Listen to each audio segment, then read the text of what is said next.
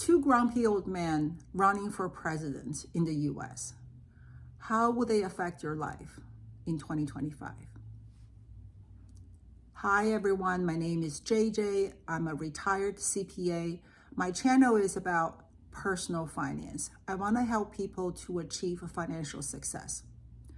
Today's topic may appear to be a deviation from personal finance, but I think the bigger picture is all related to how we conduct ourselves personally.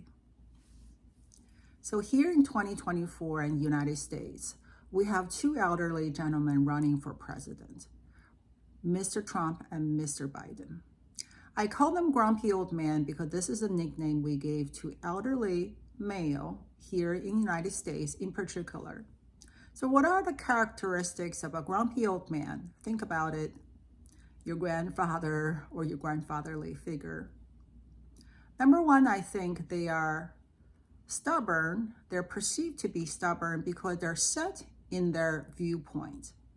How they view the world, how they conduct themselves, their philosophy, their way of doing things, they're set. None of us can change their mind. This applies to both Mr. Biden and Mr. Trump. Grumpy old men tend to be a little angry. They complain all the time because nothing seems to be right in their point of view, especially young people. None of us will do things the right way. Think of a Mr. Trump, his speeches. He's angry. He's obviously very angry.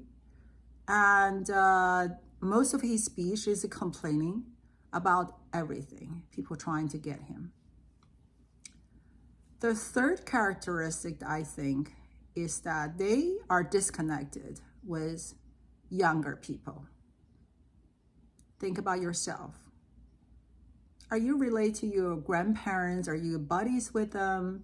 Or you disagree with their point of view and they don't like the way you live your life? It's very common. I don't connect with my grandparents. This reminds me of Mr. Biden. He's disconnected with other people's point of view, and especially young people. So from my perspective, Mr. Trump, he's a very strong base because he understands their grievances. Their way of life is gone, probably permanently. The family farms are gone, the manufacturers are gone, their middle class status have declined over however many years. Nobody seems to care about how they feel. They can't put themselves back up to middle class status. They're angry, and they take the anger out of immigrants. They think the immigrants is how they ended up the way they are. Mr. Trump understands their grievances, and his message resonates with these people. However, in my point of view, these mega base, you are not top 1%. Top 1% is what Mr. Trump is for. Think about his first presidency. His signature legislation, which is a tax cut, benefited top 1% and above. The trickle-down benefit that would put however many thousands to lower income household, that never really materialized. The tax cut is an immediate reduction to federal government revenue. It would cost the U.S. over $1 trillion over 10 years. So that's addition to deficit. Either a 1.3 trillion or 1.9 trillion, depends on who you ask. That revenue reduction is add to the federal deficit. It put money by saving how much tax they have to pay. It put money to the pocket of wealthy people. The mega base, you didn't get any benefit out of the tax cut. He didn't do anything to your wallet, but he understands your grievances. So do you want a president who is very angry? He's all about revenge, and he will make these tax cuts permanent, meaning additional money back to the top 1% or above, and the lower income people, the mega base, get nothing. Do you want him to be your president? Mr. Biden, on the other hand, he has a messaging problem. His message doesn't resonate with younger people, Gen Zs, millennials. You can talk about, nobody wants you to talk about the CHIP Act, the Energy Act. It's very long. Talking about policy is boring, but what they see is war in Ukraine, war in Gaza, the unjust killing of women and children with American-made bombs. And what they see is on television, the borders out of control, immigrants be shipped to New York City and other large cities.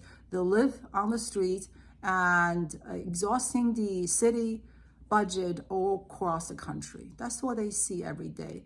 You are the only person can bring a stop to all of these. So Mr. Biden, you must bring peace to the Middle East. You're the only person that can stop this war. And you must bring peace to Ukraine.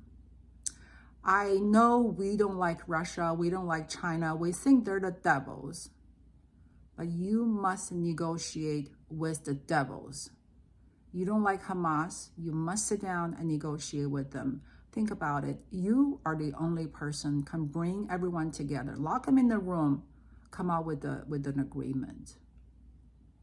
All these young people demonstrating across college campuses because they're fed up. The Gen Zs are very passionate about the environment. They're passionate about human rights. They see all these killing, all these images out of Gaza. They're fed up. They're fed up with how you handle this war. They could be influenced, you can say that. However, they're risking their future to send you a message and you just basically poo-poo them. I have a Gen Z at home. He's not going to vote this year at all because how you handle the Gaza war. All those advisors around Mr. Biden, you keep downplaying all these people who are not very enthusiastic about Mr. Biden, were like lukewarm. If they vote for Biden, they may just because they don't like Trump. You keep downplaying it. You saying, oh, who are they going to vote for if they don't vote for Biden? There's no other alternative. You don't want Trump, right? No, some people may not want Trump, but they're so fed up as Mr. Biden, we may just not vote at all. Myself included. And I'm an elderly person. I generally vote. I do participate these activities because it is our responsibility to vote. So, Mr. Biden, please change your messaging to the young people. You must listen to them. And more importantly, you must close the border, stop the illegal immigrants right away. You have that power. And you must bring peace to Gaza and to Ukraine. So that's my topic today.